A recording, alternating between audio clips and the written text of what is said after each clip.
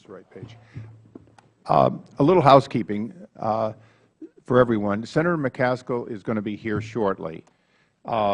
This is an unfortunate but inevitable situation in which we're going to have votes clearly get in the middle of this morning's hearing.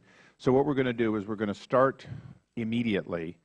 When the Senator comes in, she'll be on a panel by herself. She will speak, and by agreement, she will not be able to remain. She doesn't have enough time for all the members to question her.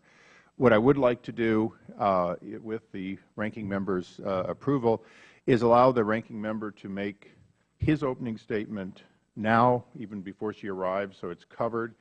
I'll withhold mine until the main panel.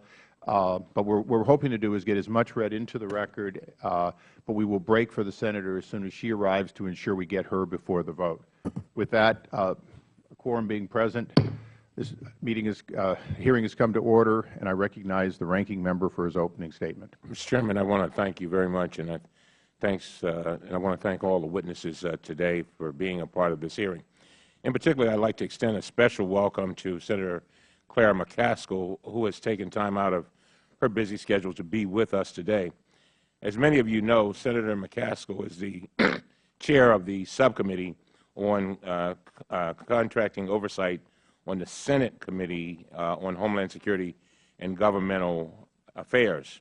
And it's safe to say that no single member of Congress has been more active than Senator McCaskill at rooting out waste, fraud, and abuse in contracting across the Federal Government. I'm also thankful that Senator McCaskill could be here today because the committee plans to review the 2011 high-risk report issued by the Government Accountability Office. This report has become a critical tool in focusing Congress's oversight efforts. It lists 30 government programs and spending areas most susceptible to waste, fraud, or abuse. I had the opportunity yesterday to join the Comptroller General, Gene Dodaro, our Chairman, ISA, when GAO issued this year's report. As in previous years, the massive issues surrounding Federal procurement are featured prominently. Over the past decade, government contracting costs have escalated dramatically. In 2000, the Federal Government spent about $209 billion on procurement. That number has now grown to more than $500 billion in annual expenditures. During the same period, the number of sole source and non-competitive contracts have also expanded. In this year's high-risk report, 6 of the 30 programs on the GAO list relate directly to Federal contracting.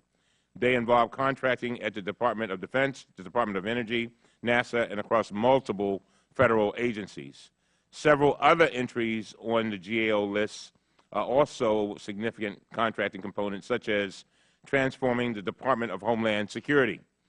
When you examine all of these together, they have a massive impact, accounting for hundreds of billions of taxpayer dollars every year.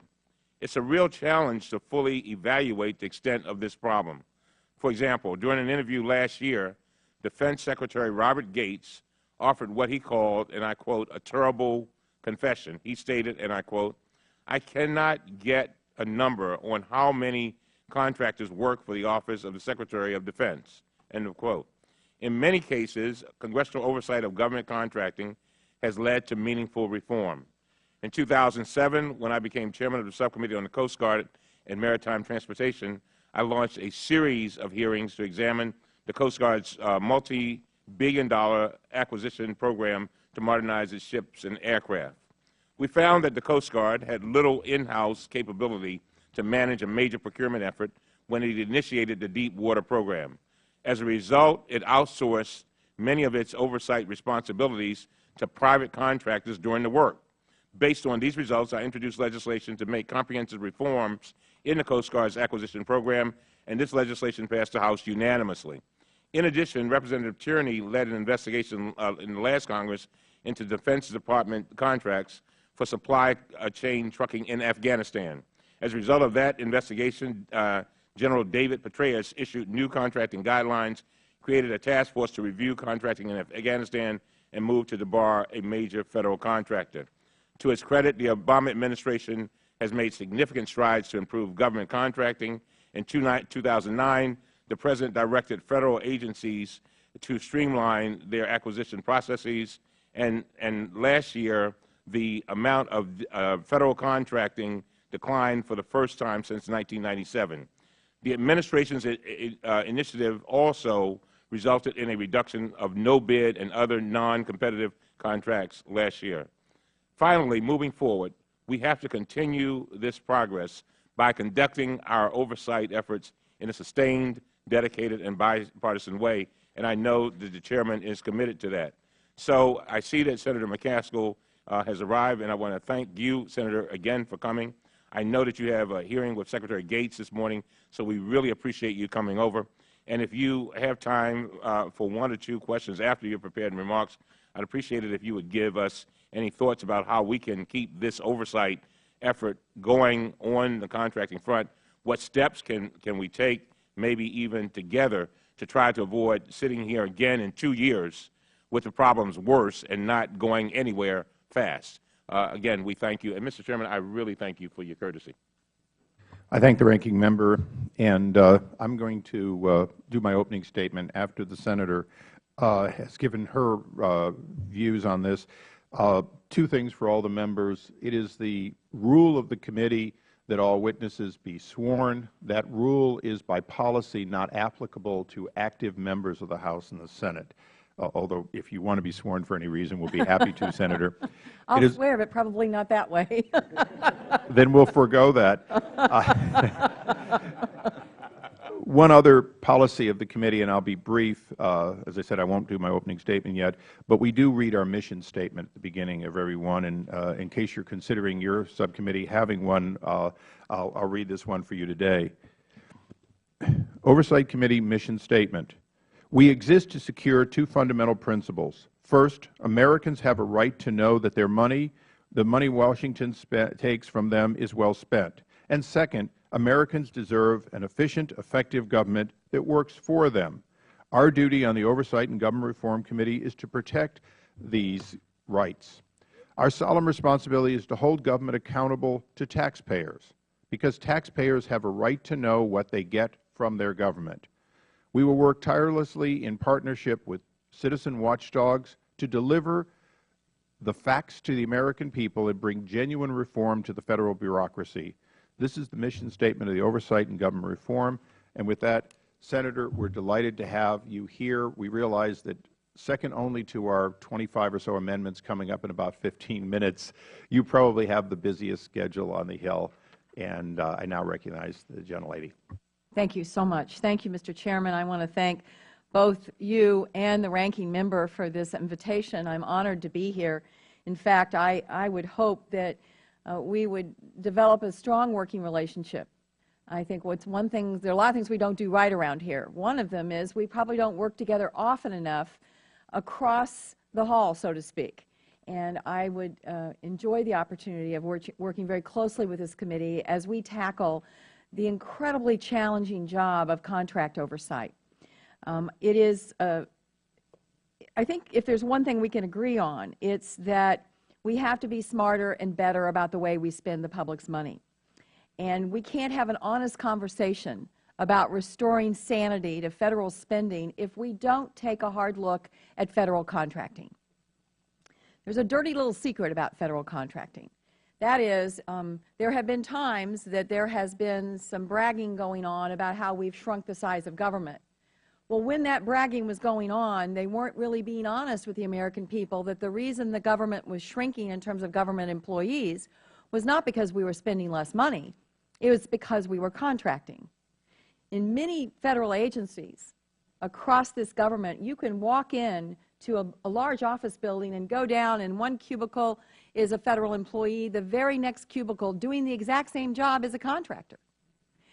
Employee, employee, contractor, contractor, employee, contractor, contractor. One of the challenges we have is to look at whether or not the contracting that has occurred in many agencies, whether we're getting value, whether or not we actually are saving money by the privatization that has occurred, and most importantly, whether we're gaining any efficiencies by that contracting. And that's just in the area of personal services. I'm not even getting to the huge, huge mammoth problem of contracting for goods, which, whether it's in the Defense Department or any other department, we have a long, long list of problems that need to be addressed. Of the 30 areas of government that the GAO office identified being most vulnerable to waste, fraud, and abuse, 5 have to do with the management of government contracts. And weapon system acquisition management, the Defense Department, contract management at the Department of Energy's National Nuclear Security Administration, acquisition management at NASA, and the management of interagency contracting. Contracting is also a huge part of at least 10 more areas on the list, on the high-risk list, including financial management and supply chain management at Department of Defense, implementing and transforming the Department of Homeland Security, and the Medicare and Medicaid programs. In total, at least half of the most wasteful, most mismanaged, and most inefficient areas of government today involve major levels of contracting. It will be impossible to have a real impact on wasteful spending without focusing on the Defense Department. The Defense Department alone is responsible for almost a quarter of the high-risk areas in GAO's list. DoD is also responsible for more than 2/3 of the government's spending contracts. Holding government contractors and the Defense Department accountable for the way they spend money will help save the taxpayers real money and actually will eliminate waste, fraud, and abuse and provide America's men and women in uniform with the resources they need in a fiscally responsible way.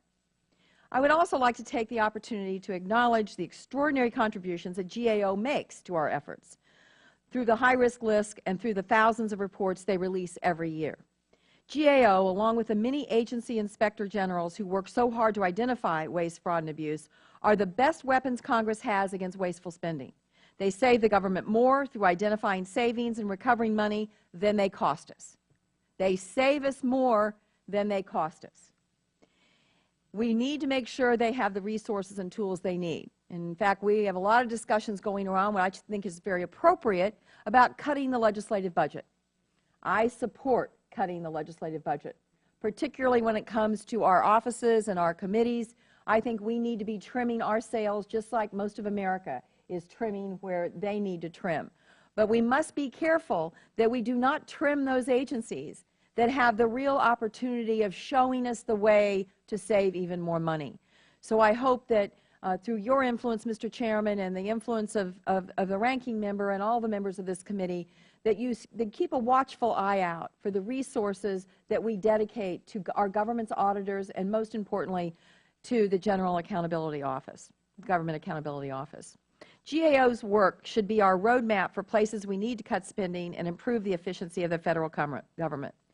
The time has come to be honest, to feel the pain and suffer the political consequences of making hard choices about when and where the government should spend taxpayer dollars. We should start with the programs on the GAO's high-risk list. That's where we need to begin, because that's where we know things are not being run well.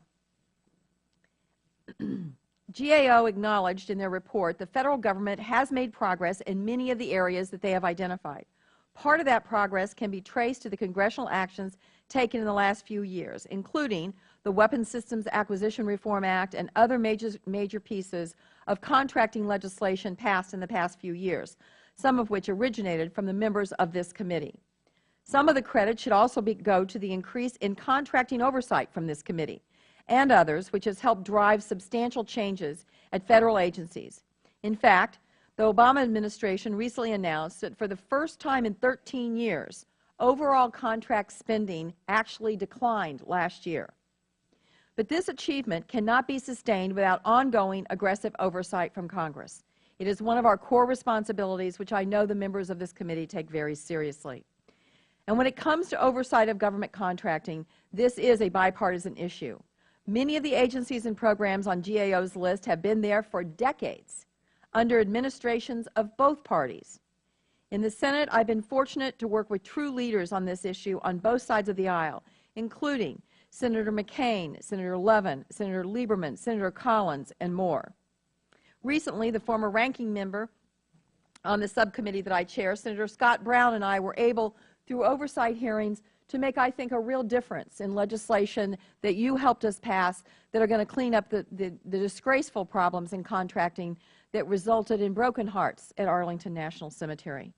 I look forward to my new ranking member. Senator Rob Portman will be the new ranking member of the Contracting Oversight Committee.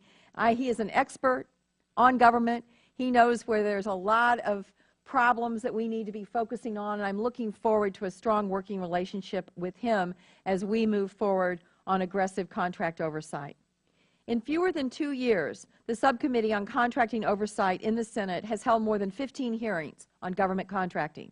These hearings have addressed everything from improvements needed in federal contract auditing to Medicare contracts to, as I mentioned, Arlington National Cemetery. We have questioned no-bid contracts and loopholes that cost the government literally billions of dollars. We plan to continue to hold regular hearings in the subcommittee throughout this Congress and fight for legislation to address the abuses that we find. But we could hold hearings once a week, every week, for the next 5 years, and frankly, still have plenty of fish in the barrel that we could shoot. That is why I am so encouraged that this committee will be continuing your important work in this area. I look forward to working with you and coordinating with you so that we can be very efficient in the way that we move forward on contracting oversight. If your committee has a good idea and doesn't have time on the hearing schedule, we'd love to hear from you. Vice versa, we will track your work, and if there's something we're doing that we think would fit in nicely to some of the hearings that you're having, I would look forward to that kind of cooperation also. We've got a lot we can do here. And this really ought to be an area that we don't need to play political games. This shouldn't be about elections. This should be about how good can we make this government, how responsible can we make this government to the people who pay the bills, and most importantly, we can do better in terms of how we run this government if we actually hold government officials more accountable for the way they're contracting. I could tell you horror story after horror story, and I'm sure, Mr. Chairman and Ranking Member, you could tell horror stories too. I will tell you one anecdote that got me fired up, which is why this subcommittee was created. I went to Iraq on government contracting oversight trip. My trip was only to look at the way they were contracting. I was a brand new senator. I'd come right out of a government auditing office. I'd been the auditor in Missouri. So I was used to there being processes and procedures in government that made some kind of sense in terms of tracking the money. I'm in an office outside the outskirts of Baghdad, and I'm asking about the log cap contract. And any of you who have been involved in oversight of government knows that that is the huge contract that did all the logistical support for our military in Iraq. The estimate for the first year of the log cap contract when it was let was $700 million. It was a no-bid contract. It was a cost-plus contract. The first year that they estimated it was going to cost $700 million, it actually cost $20 billion. They put a PowerPoint up on the wall, and this poor woman in the room, she was the only one that didn't have a uniform on. I knew that she was the civilian that was in charge of doing all this. They looked to her to explain what had happened with this contract, and I was asking, as you might imagine, pretty aggressive questions. So the first year was $20 billion. The second year of spending on the contract went down to, I want to say, $16 or $17 billion. And these figures may not be exactly right. I'm trying to remember them from my memory. And then she went on with her presentation. I was feeling sorry for her. So I wanted to, kind of throw her a bone. So I said, well, can you explain what you did that brought that level of contract down from $20 billion to $16 or $17 billion? And with God as my witness, she looked across the table at me and she said, I don't know, Senator, it was a fluke. That's when I knew we had serious and significant problems with contracting, particularly in the defense space, particularly in contingency contracting. The Defense Department is doing a little better in Afghanistan than they did in Iraq. We still have major problems, particularly when it relates to tracking the corruption issue. But there's plenty of work for all of us, and I'm really honored that you asked me to come over this morning to be here, and I look forward to any questions you might have and a strong working relationship in the future. Well, thank you, Senator. We're going to have very, very little time for questions because not only do you have a hearing convening in 10 minutes, but we have about 6 minutes left on the clock for our own vote. I would only ask one question, and I think the ranking member has one also. would you be willing to meet on a bicameral basis with your ranking member and other members of your committee and members of this committee on a periodic basis if our schedules can be put together? I think it would be terrific if we just met for coffee once a month and talked over what you're doing and what we're doing and see if we can coordinate. I think it has set a great example. We'll have frankly, on coffee, juice, efficiency. and if my personal account will settle for it, maybe even a couple of donuts. With that, I'd recognize the ranking member for a question. Just one quick question. Senator, do you think the President is doing enough to address these issues, and what kind of cooperation do you think we will be able to get from him and his administration? I think Mr. Zients is trying very hard, the performance officer in the White House. He's really working at it. I think they're going to come with some plans this year that will surprise people in terms of the way they're willing to look at organizing government and realizing more efficiencies. The contracting piece is very hard because it's so stovepiped. Part of the problem, as you all know, we don't have the right databases. We've spent so much money on IT and haven't really gotten a product that allows us to peer into the world of contracting in an efficient and effective way. I think they're trying, but I think they need our oversight to do it better. Again, I want to thank you. And, Mr. Chairman, again, I thank you for your courtesy to make sure that Senator McCaskill was able to testify within her schedule. But thank you very much. Thank you. Thank you. And I apologize to all the other members, but the Senator has agreed to come back on an informal basis so that we can really have the one-on-one that I think will be helpful between the two bodies. With fairness to our witnesses, I would swear you in, and then you'd be all by yourself. So why don't we do this? We're going to break. We will come back immediately following the votes. For all the new members on either side of the aisle, this is the most important thing we do every year, is to really look at the new high risk, which, although cybersecurity is a big one, the $80 billion we spend in IT and get less than we paid for obviously is important. We look forward to hearing that. Senator, once again, thank you for your graciousness. That we stand in recess.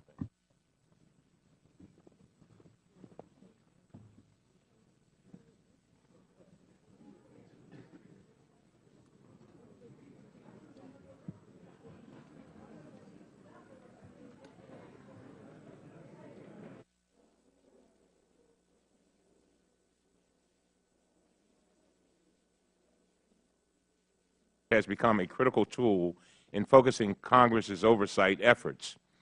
It lists 30 government programs and spending areas most susceptible to waste, fraud, or abuse. I had the opportunity yesterday to join the Comptroller General, Gene Dodaro, our Chairman, ISA, when GAO issued this year's report. As in previous years, the massive issues surrounding Federal procurement are featured prominently. Over the past decade, government contracting costs have escalated dramatically. In 2000, the Federal Government spent about $209 billion on procurement. Allow the ranking member to make his opening statement now, even before she arrives, so it's covered. I'll withhold mine until the main panel. But what we're hoping to do is get as much read into the record, but we will break for the Senator as soon as she arrives to ensure we get her before the vote. With that, a quorum being present, this hearing has come to order, and I recognize the ranking member for his opening statement. Mr. Chairman, I want to thank you very much, and I want to thank all the witnesses today for being a part of this hearing. In particular, I'd like to extend a special welcome to Senator Claire McCaskill, who has taken time out of this right page. A little housekeeping for everyone. Senator McCaskill is going to be here shortly. This is an unfortunate but inevitable situation in which we're going to have votes clearly get in the middle of this morning's hearing. So what we're going to do is we're going to start immediately. When the Senator comes in, she'll be on a panel by herself. She will speak, and by agreement, she will not be able to remain. She doesn't have enough time for all the members to question her. What I would like to do, with the ranking member's approval, is allow her busy schedule to be with us today. As many of you know, Senator McCaskill is the chair of the subcommittee on contracting oversight on the Senate Committee on Homeland Security and Governmental Affairs. and it's safe to say that no single member of Congress has been more active than Senator McCaskill at rooting out waste, fraud, and abuse in contracting across the Federal Government. I'm also thankful that Senator McCaskill could be here today because the committee plans to review the 2011 high-risk report issued by the Government Accountability Office. This report, that number has now grown to more than $500 billion in annual expenditures. During the same period, the number of sole source and non-competitive contracts have also expanded. In this year's high-risk report, 6 of the 30 programs on the GAO list relate directly to Federal contracting. They involve contracting at the Department of Defense, the Department of Energy, NASA, and across multiple Federal agencies. Several other entries on the GAO list are also significant contracting components, such as transforming the Department of Homeland Security. When you examine